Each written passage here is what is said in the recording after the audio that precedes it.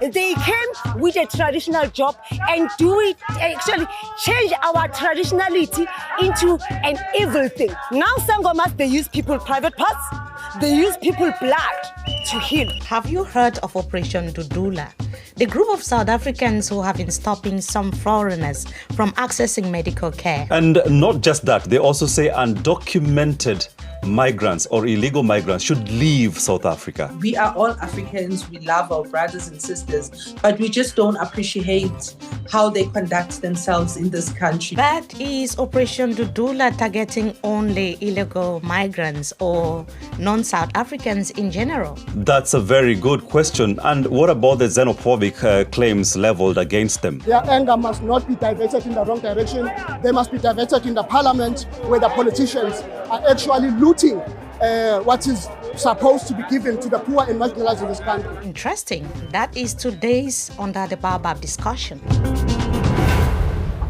My name is Mimi Mefone. Welcome to Under The Baobab. And my name is Jojo Kachi. On this show, we make complex issues simple and personal. That's right. And we are always here under The Baobab on Fridays. We bring you interviews from policymakers, from politicians and leaders across Africa. Yeah, of course. And don't forget to subscribe to our YouTube channel and join the conversation because you are much invited. So today we are joined by Zandile Dabula, leader of Operation Dudula in South Africa. That's right. And for starters, Operation Dudula was one of the fallouts of COVID-19, George. And they formed amid rhetorics that migrants were doing a lot of wrong things in South Africa and that they were taking the jobs from South Africans and attending hospitals. So it was one of the impact of COVID-19. That's when it was formed. Yeah, definitely. And here is what we need to know. They held their first Operation Dudula,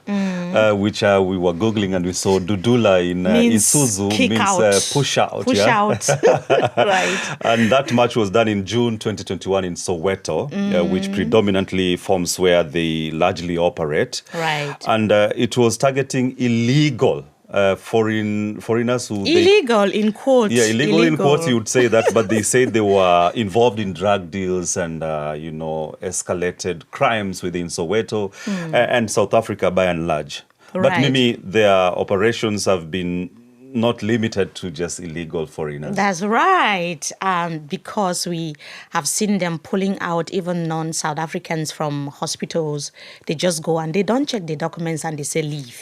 If you're not a South African, leave. That's what we have been seeing. And they have also been targeting what they say are illegal migrants in schools, urging the schools to prioritize South Africans. So I wanted to understand why this initiative is targeting both documented and undocumented migrants. This is what Zandile told us. It's actually protection of our citizens' rights. We are all Africans, we love our brothers and sisters, but we just don't appreciate how they conduct themselves in this country. You look at the crime that's escalating, the, drug peddling, human trafficking, it's bad. So someone needs to stand up and, save our country for at least the next generation. So yes, we are protecting rather than persecuting. So let me come in here just to find out from you. Are you, in other words, saying that all the criminals in South Africa, all the drug abusers in South Africa today are foreigners? Crime has no nationality. I'm not saying that South Africans do not commit crime. Yes, they do commit crime, but there is foreign crime that we are seeing now. I mean, in South Africa, we know that we had people that were doing housebreaking.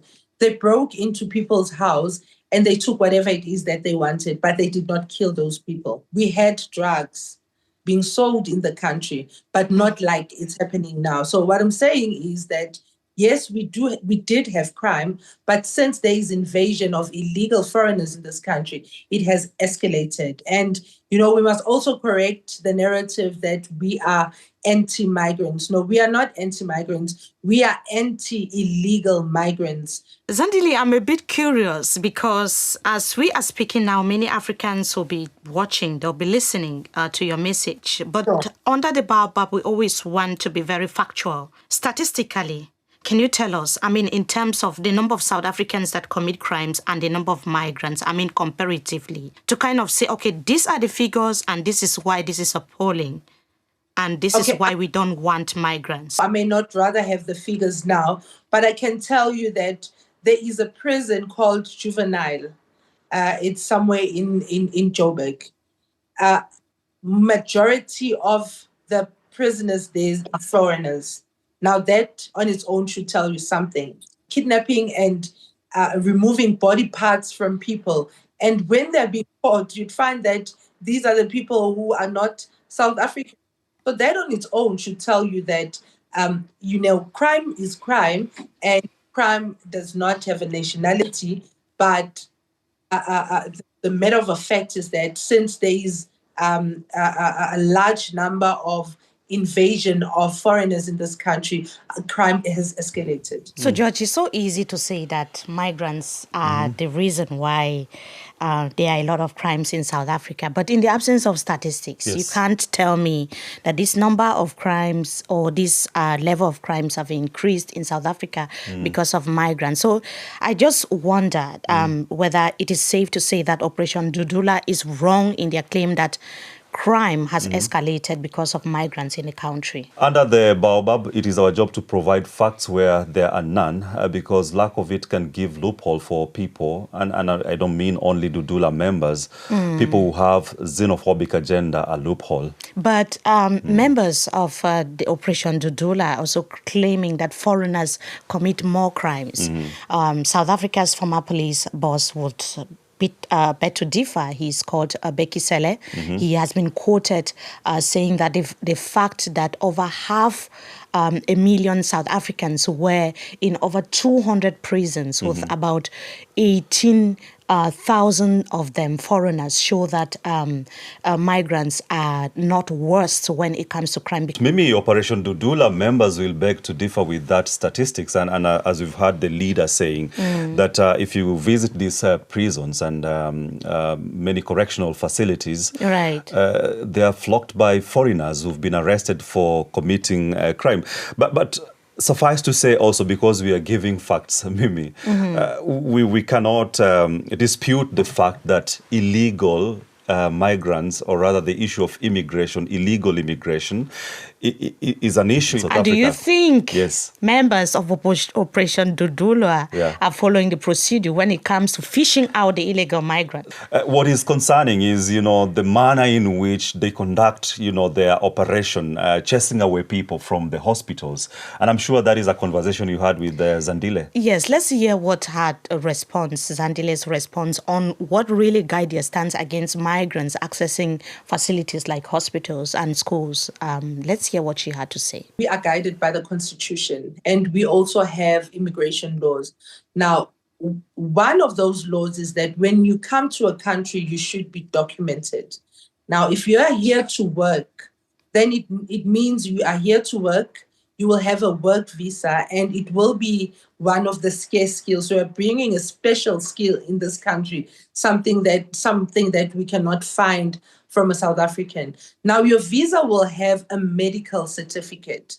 Now, this medical certificate means that you will be able to pay for your medical bill, but that's not what's happening now. So medical certificate doesn't say that whether you're illegal or legal. You will only have a medical certificate if you are legal in the country. So is it the responsibility of Dudula to know whether someone is documented or not? Now, we as the concerned citizens of the country, we have all the right.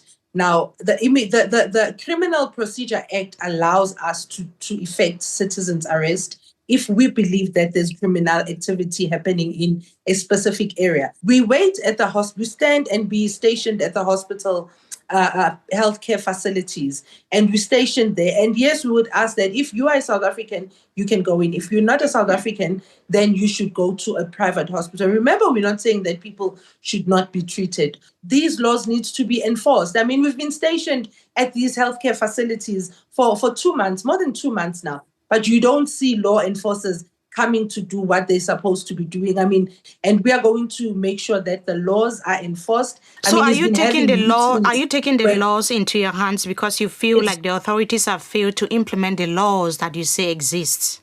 It's not taking law into our hands. It's affecting the citizens' arrest, which is the part of the Criminal Procedure Act. In the absence of leadership, communities will rise and they will start doing things for themselves. And unfortunately, that's where we find ourselves as South Africans. We don't have leaders. We are on autopilot. We have a corrupt government which just thinks for their stomach. But it's just ordinary South Africans who are heartful and saying that enough is enough. We have been lenient to our brothers and sisters, but they're taking advantage. I mean, you cannot claim to be loving somebody, yet you are messing up everything. Are you saying foreigners are to blame for South Africa's broken system? So we're blaming both. But just from a human perspective, briefly, how do you chase a human being from the hospital because they cannot pay for health services or for healthcare services? How do you do that? Remember, we've always said this, that life comes first. So if it is an emergency, we will definitely let you in and be treated. But once you are stable, then you need to be handed over to law enforcement. That's actually what's supposed to be happening. Zandile, everyone in the hospital is an emergency case. I won't go to the hospital if it's not an emergency. When I have a headache, I stay at home and I take paracetamol. When I have stomach ache, I know probably stomach upset, I drink water. But if you see me in the hospital, it means my situation is not good. Now, I'm going to give you just one example of why we are going to make sure that we stop, foreigners from accessing our healthcare facilities if they're not paying for it. There are buses that have been stopped and searched, going to Zimbabwe with medication. So what they do is there is a syndicate that goes around different healthcare facilities and collects medication and goes and sell it back at home. So who is inhuman here? I have a 70-year-old granny who needs their chronic medication, waking up at 4 a.m. to go and queue to make sure that they get medication. When they are lucky to see a nurse. They haven't been turned back home. But by the time they get to the nurse, the medication is finished. Or they're turned back home because the queues are long, because there are foreigners in front of that old lady.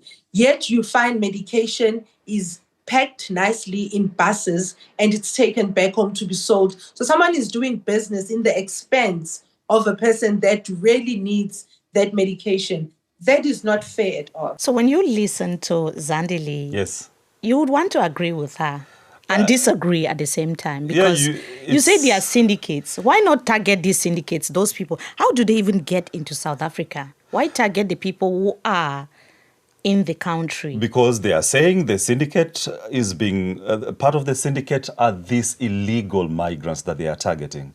And they're saying they are the people who are lining up in the hospitals, picking the medicine, then transporting it to Zimbabwe or another. What about this young Malawian child who was denied access to medical care? And according to the family members, the child died because she was not allowed to go to the hospital for treatment. And that's the big question, Mimi, the excessive, use of, their initiative, or rather the push, and not, caring about the health of the people. It's having a ripple effect. And George, I must tell you that when I traveled to South Africa, that was in 2017 and 2018, I hope you're not illegal. You didn't illegally travel to South Africa. It wasn't illegal, but I would never have imagined that there will come a time when I would think twice before visiting South Africa again. But I mean, it's not all that bad. I will tell you for sure. I still, anybody from South Africa who is watching, I still want to come to Jozi. I want to see Johannesburg and enjoy the life. I tell you, South Africa is a good country, Mimi. The vibe there. And it's good. Yes. When I visited, it was great. But now I'm really thinking twice. No, you shouldn't be. You never know, George. You just never need know. to have your travel safety, you have your insurance and everything checked. Yeah. Then you are good to go, Mimi. You know, when you hear South Africa, the rainbow nation, it means like acceptance, the diversity in terms of, people just embracing each other, you feel like you're home. I felt when I visited like it was motherland, but seeing this happening, I'm very, very worried, George. I'm worried. I won't lie. Well, Mimi's worry and concerns are valid, and I get you, Mimi. But we've built a vibrant community. We call it a gang, and we guide the conversation here, but the real insight comes from what our members are seeing and feeling. That's right. And to capture that perspective on the ground, our correspondent Tuzo Kumalo hit the streets in some parts of Johannesburg and even Soweto to hear from South Africans themselves what they think about Operation Dudula. Their anger must not be diverted in the wrong direction. They must be diverted in the parliament where the politicians are actually looting what is supposed to be given to the poor and marginalized in this country. And you are saying this fighting of black people, poor black people among themselves, is extremely a form of fascism. Be they undocumented, they have a right to have access to healthcare. So we condemn the actions by Operation Dudula. We hope that the police are going to do their job. It's only immigration officers and police officers that can approach any person and ask them to produce their IDs, whether you're South African or whether you're a foreign national. And then what they're doing then is excluding people, chasing those who are foreign nationals away. And so we are taking a stand to firstly say that this is unlawful and taking action to stop them from doing this. Enough is enough. We can't handle this anymore. Where we just have to sit back and look at our beautiful country being destroyed. They came with a traditional job and do it, actually change our traditionality into an evil thing. Now Sangomas, they use people private parts, they use people blood to heal. And which is, we don't know that. Mina, my job is to heal as a traditional healer. But now they come with their healing and do it an evil, Illuminati thing that you don't even know what is it. We're not xenophobic. We want things to be done by the book. And if things can be done by the book, everything's going to repeat very well. So officially, George, it's interesting to hear how far this is going. But officially, the president of South Africa, Cyril Ramaphosa, has criticized Operation Dudula and some of the actions that they have been carrying out on the ground. Yeah, definitely. The president's stance on this is very firm, and he has condemned the vigilant actions of groups such as Dudula as illegal, and he has emphasized that authorities and officials are the ones responsible on issues immigration laws, and Dudula has no authority at all to conduct itself the way it is. But what I know for sure, George, is that access to health is a fundamental right, enshrined and recognized by the United Nations, by World Health Organization. So wherever you are, you need to be able to have access to medical health. That is given. That is given. That's not something that we can argue. And for you to be denied access to medical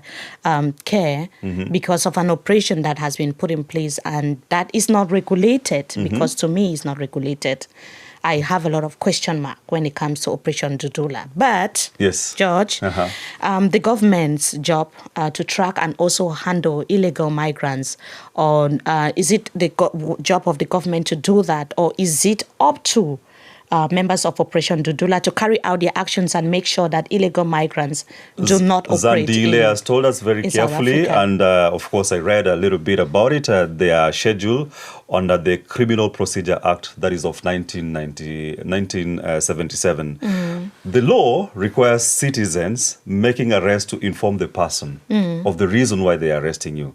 So under law, South Africans are allowed to conduct the problem with Operation Dudula, George, is that even migrants who are legally supposed to be in South Africa are targeted. So when it borders violence, then that is something that should be, treated as it is, like it is not acceptable for you to meet violence on anybody. Right. Yes. So there are also alleged. We've talked about alleged killings of people that have died as a result of Operation Dudula, and also people that have been brutalized, shops that have been damaged as a result of some of their operations. So I asked Zandile what this means and why they are carrying out some actions that are not accurate against migrants. This is what she told us. Are you saying that there was a guy killed in one of our operations? A Zimbabwean man killed during unrest that was linked to Dudula.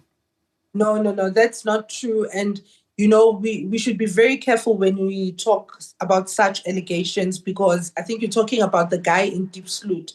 Deep Sloot has always been a problem. Deep Sloot is a continent on its own, because you find everybody there. That man did not die because of Operation Dudula. So it has nothing to do with Operation Dudula.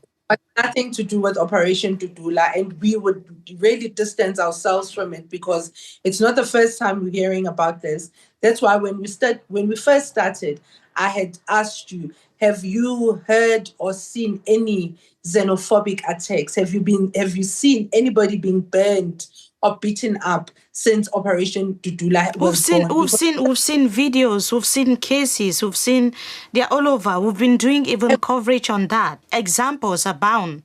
We don't burn people. We don't beat people up. We're fighting our government, but also we are saying that foreigners who are here illegally need to go back home. So, but your operations seem to be targeting more black foreigners than white foreigners. How do you explain that? I don't know why there is that narrative, because we've been to China Mall a couple of times.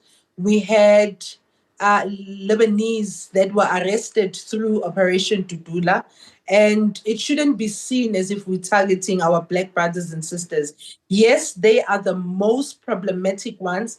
They are the ones that are causing chaos. That's why it's easy to really catch them, because they are out there. They are just doing it recklessly. They no longer even care. But we do deal with the white ones as well. If we've always said that if people know where we could find them, they must give us, because we rely on tip-off. The number of South Africans living in other African countries as part of the diaspora is not widely detailed in terms of figures, like those for European or other global countries. But factually, approximately 1 million South Africans currently reside in the diaspora worldwide.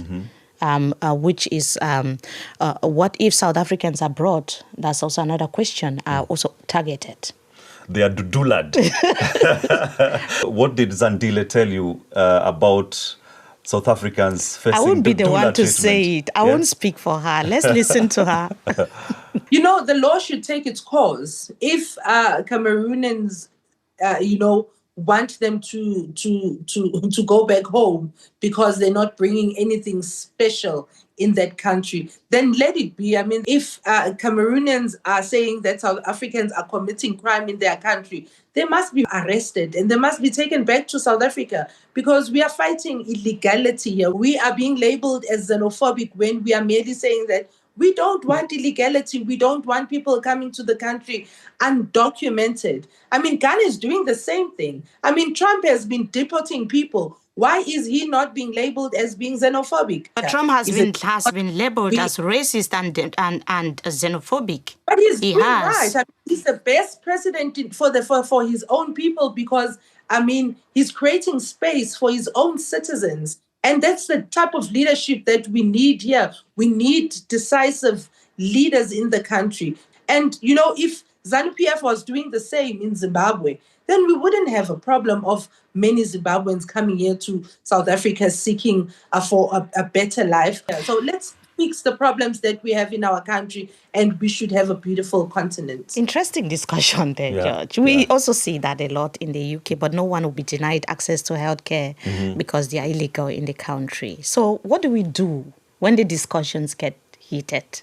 So what we do when the discussion gets heated, that is the moment we step aside to the shed of wisdom and get to know our guests beyond the politics. And here comes the rapid fire question segment. Soweto or Josie, where do you feel most connected? Josie CBD. Yeah, Soweto. Activists or politicians, what describes you best today? Activist. Citizens first or Africa United, what comes first? Citizens first. All right, Soweto street food or home-cooked meal? Home-cooked meal, definitely. So my favorite dish is rice with a mashed potatoes and chicken. And what is the biggest misconception about you? That I'm xenophobic. Deportations or development, which is the real answer? Development. What keeps you awake at night? Illegal immigrant or government inaction? Illegal migrants. Okay, one thing you can't go a day without. A chewing gum. The first job you ever had? First job was being a debt collector in a call center environment. Okay, it explains more why you lead the Operation Dudula in one word. Patriots. Oh, Judge, that was interesting. Yeah. So, migration is really driving political debates across Europe now. In the UK, in Germany, in France, we also see that a lot in the US. And what I've noticed is migrants and foreigners somehow get to be blamed for almost everything. Yeah. And when you hear that, it takes us back to South Africa during apartheid. And we were young, but history books show how Africa as a continent came together to ensure that South Africa gained its independence. Yeah, exactly. Nelson Mandela always talks about Africa uniting, Africans coming together, human dignity, and African solidarity. He made it very clear that South Africa's freedom wasn't just about their fight. It had nothing to do with just South Africans. It had to do with the African continent as a whole. Yeah, and whenever you mention the name of the great Nelson Mandela, it invokes the memories of Pan-Africanism and the unity of the continent. And I'm sure that is a discussion you also had with Zandile. Not just that. Yes. I also wanted to know if they have political ambitions, because if you think that things have to change and that the government is failing, you should be thinking of replacing the government to make the changes you want to see. Now, we are a fully fledged political party now. But also we operate more as a civic movement, because I'm sure you only see political parties when it's time to campaign, but we don't do that. We help our communities on a daily basis, even when it's not time to campaign. So we still believe that, the ballot paper is the only freedom for us. And that's exactly what we're going to do. So would you want to run for president, and would you want to lead the country? I would like to see change. I want to be part of the people that are influencing changes of these laws, because there are loopholes in our laws, and somebody needs to correct that. So I would want to be part of those people that are going to bring upon change in this country. But when it comes to jobs, I bet you I'm going to run a campaign where I will be creating at least 200 jobs per week, because we will be visiting these companies and we are going to make sure that people that are not supposed to be working there are being replaced by South Africans. And then you will see that we will not have this high unemployment rate. So if Nelson Mandela were alive today, do you think he will support Operation Dudula? Will he be proud of you?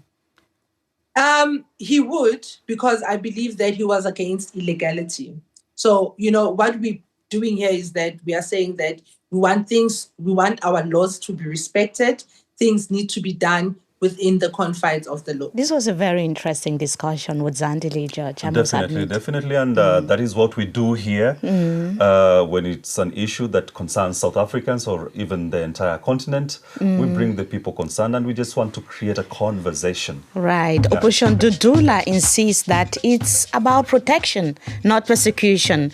But rights groups say otherwise. They say that it is fueling division. They are also fearing that because of this, there could be hostilities against migrants in South Africa. Yeah, that's very true. And the movement denies violence and xenophobia, yet its actions at hospitals, as we've seen, schools and workplaces, on the streets tell a different story. And what could be the future repercussions? So is Operation Dudula defending South Africans' rights or undermining the very spirit of Ubuntu that Nelson Mandela stood for? I'm happy you've mentioned Ubuntu. And as Dudula moves closer to formal politics, Is this the future of South Africa's leadership or a dangerous step backward? Share your thoughts in the comment section below. And if you want to be part of these political discussions, honest conversations on Africa, don't forget to subscribe to our YouTube channel, DW Africa. And George, where can we find Under the Baobab? Spotify, Apple Podcasts, and of course, right here on DW Africa's YouTube. My name is George Okachi. And I am Mimi Mefoneu. Thank you for watching. Goodbye.